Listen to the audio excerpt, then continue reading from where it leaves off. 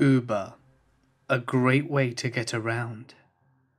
But when it comes down to it, a stranger's car is still a stranger's car. Oh look, your Uber is just pulling up now. So why don't you get comfortable and let the darkness take control. Number 1. This happened when Uber was still relatively new. My husband and I were stopping over in New York before heading to our temporary home of Poland. We had been living there for about a year, and although originally from Australia, we had spent the last year travelling through some of the more shady parts of Europe. So we thought we were generally prepared for any weird incidents. We were tired as we walked through JFK, ignoring everyone who wanted us to take their special taxi. Fortunately, I had Uber and summoned a taxi as quick as possible. He arrived pretty quickly, got out and took our bags. I didn't really think anything of it. However, I insisted I take my own bag and tried to open the trunk. "No," he snapped at me. I was startled, but I said, "Okay, I'll just sit with it on my lap." My husband and I travelled light, so we only had one suitcase between us. "Can you open the trunk?" my husband asked the guy. "Otherwise there won't be any room for us." The guy already looked pissed, and all we were asking for is for him to do his job. I was already looking around to see if I could get another cab instead, because I really couldn't be bothered. "Fine," the guy snapped, and basically ripped the trunk open. I hadn't got in the car yet. It was kind of a paranoid thing that I did. I never got into a taxi alone as a result of some kidnapping stories in Greece of a similar nature. So I waited, and I saw what was in his trunk. It wasn't all over the flooring, just on one side. I instantly felt ill. It looked like blood. The spot was wet, and I stared blankly. With the dim light, I could just make out various other stains of similar but darker colours.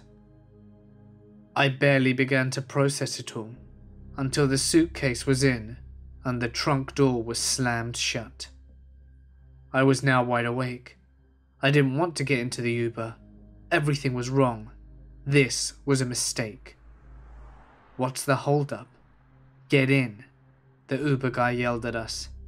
I tried to get my husband's attention, but he was already in the back seat. If this were a horror movie, I would be screaming to myself, "Don't get in the cab." So I got into the Uber, with my bag on my lap.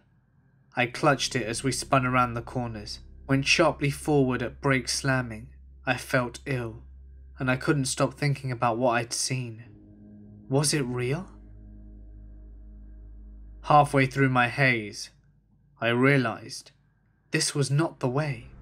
I mean, far be it for me to tell the driver in their own city where the hell they're going. But I like to be prepared, and I like to know where I am.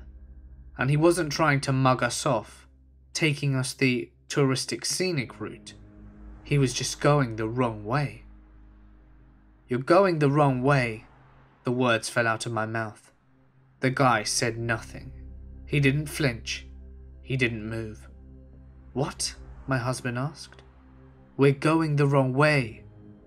"Are we going the wrong way?" my husband asked.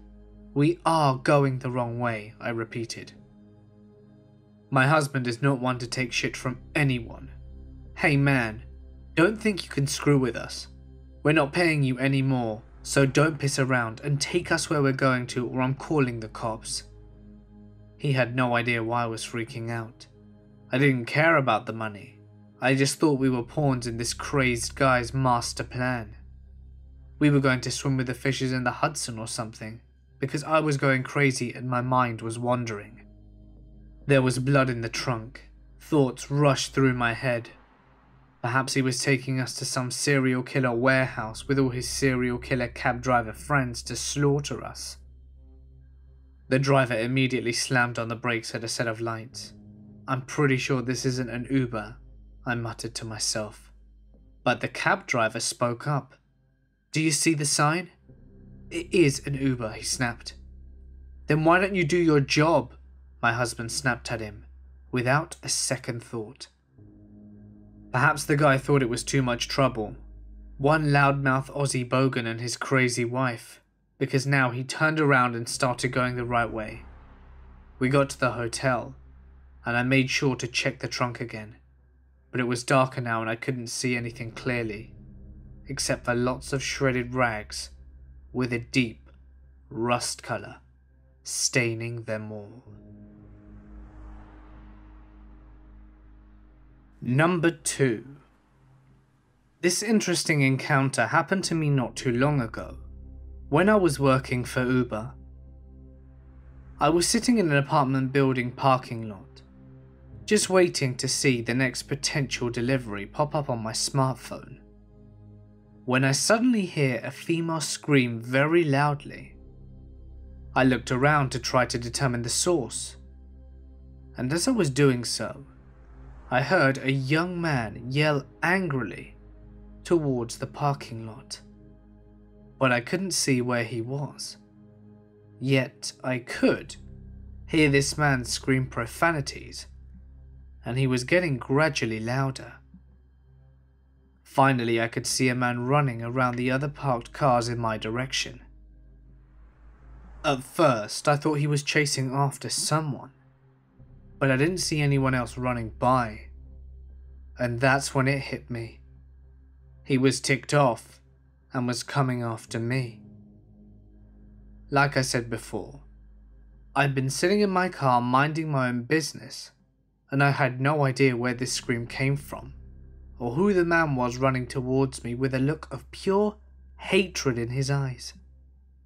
The man reached my passenger side window, which was thankfully rolled up all the way, and he yelled out, "What did I tell you?" And I just froze there, looking confused as hell. He then yelled out, "I told you, you little scumbag," and then he punched the passenger side window with his fist as hard as he could. I knew that if he managed to break the glass, his hand would be pretty messed up. He screamed, "If I catch you around here again, I will cut your punk-ass throat clean open." And then he punched the passenger side window even harder. I was still frozen, not really sure what to do. The man simply spit on the window and began to walk away, looking over his shoulder as though he still wanted to kill me. I placed the key in the ignition and began to back out of the parking spot and tried to figure out just what the hell had happened. To the punch-drunk dude who happens to fly off the handles at random strangers, let's not meet again. Number 3. I was on vacation in a foreign state to see this festival. With the festival over and my phone dead, I start to freak out because I have no way of getting to my friend's house. Luckily, I spot some Ubers picking up some festival goers. Desperate, I plead with an Uber driver, telling them that no, I didn't call them through the app and I can't pay through credit card, but I do have cash. After about an hour or so, an Uber driver finally agrees to pick me up and do the transaction under the table, so to speak. I ask him ahead of time how much the ride will be, and fortunately, it's the exact amount of money that I have on me. We finally arrive to my destination, and the driver starts to ask for more money than what was agreed on. I tell him I don't have it, and I sit tensely in the back seat, not really sure what's going to happen next. I know restaurants have their patrons wash dishes if they can't pay. What could I possibly do to pay the money, I wonder? Finally, after a silence that seems to last forever, The Uber driver turns back to me and asks me in the most calm tone, "Well, you can always suck me off." Shocked, it takes me a couple of seconds to gather myself, and I say in the angriest, most panicked voice, "Excuse me," to scare him off. He just stares at me, and I realize that he could drive away with me at any point. I don't know what went through his mind, but he finally said, "Okay, I'll give you this ride for free." At that point, I race myself out of his car and wait until he drives about 2 or 3 feet away until I stick my middle finger up at him. I then start to cry like I've never cried before and realize just how lucky I got.